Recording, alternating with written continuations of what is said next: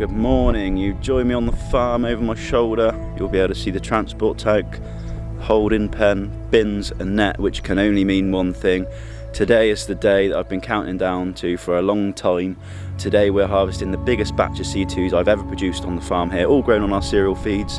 If you've been following our advice and our videos over the last sort of 12 months really, and longer than that, some of the recent videos have really been pushing our advice on how we get the best from our ponds and how we can maximise the fertility and potential of each pond, and hopefully how you can do the same within your fisheries. So hopefully today is going to validate all that advice, because these really are some big C2s. I've not really seen many C2s of this size amongst any of the most reputable fish farmers in the country, and there's a lot of them in there. It's not like they've been understocked and overfed. They've just been looked after well. The ponds have been maximised, really fertile ponds, really rich. So let's wait for the lads to come. We'll get the kettle on and then we'll get down. The pond's been draining over the last couple of days, so should be nice and low, should be pretty easy to catch them.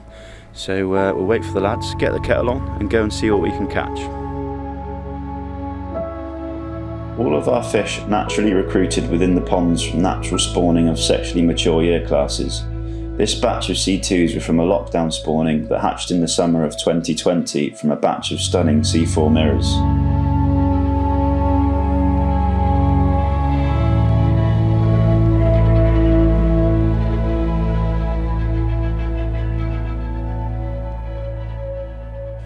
The cold spring of 2021 delayed the start of the growing season, so it wasn't until June that we began to feed BP Gold at 2% every day, lifting the ration to 3% by July for the remainder of the growing season. These fish were getting noticeably bigger week by week.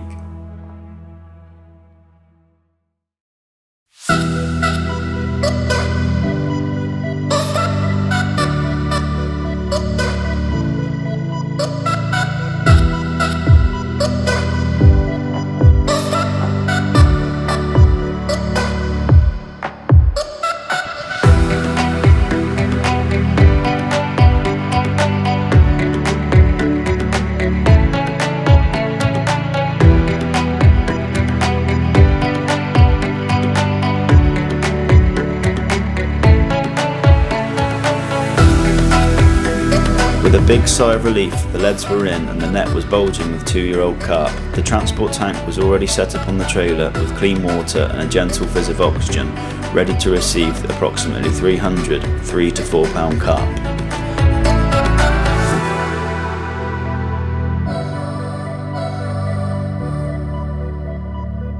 Rather than use dip nets, I like to hand pick my fish individually when they're over 2 pound.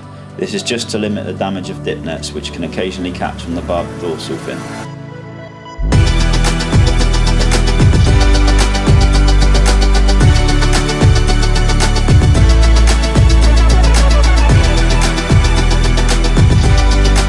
I then transfer them to fish bins with a small amount of water before hauling them to the waiting tank, keeping a count as they drop in.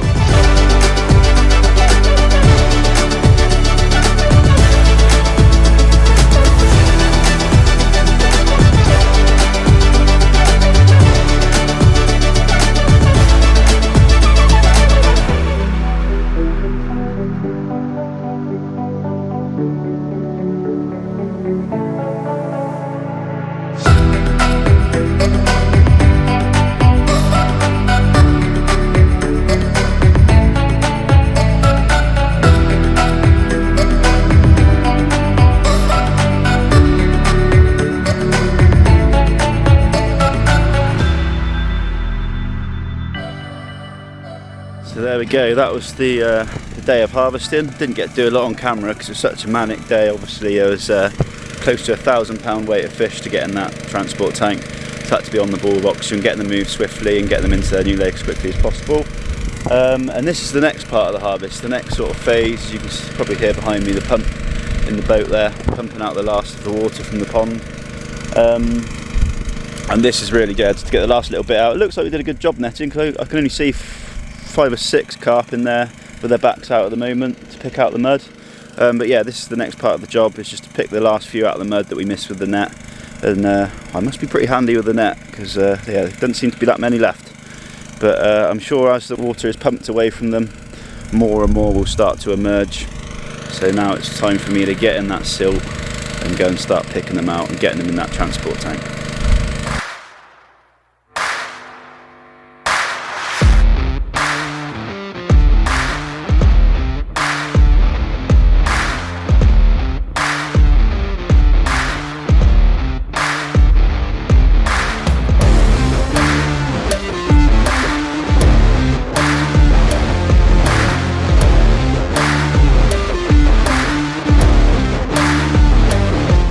What was really interesting draining this pond and picking those last few carp out of the mud was the frogs were looking to spawn in that shallow bit of water as the water was draining away. Obviously it was the time of year for the frogs to spawn.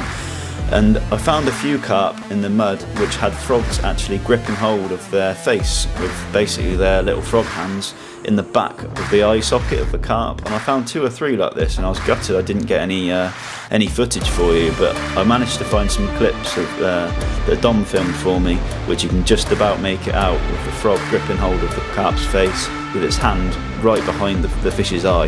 And this could be a reason why you see some blind carp. Now I've never seen this before, and it's probably because the carp have made an easy target for those frogs to grab hold of, because they're in a drained pond in a few inches of water and there's lots of frogs getting ready to spawn. But anybody who's more a frog expert than I am, I'd be really interested to hear your thoughts on that and why they do it.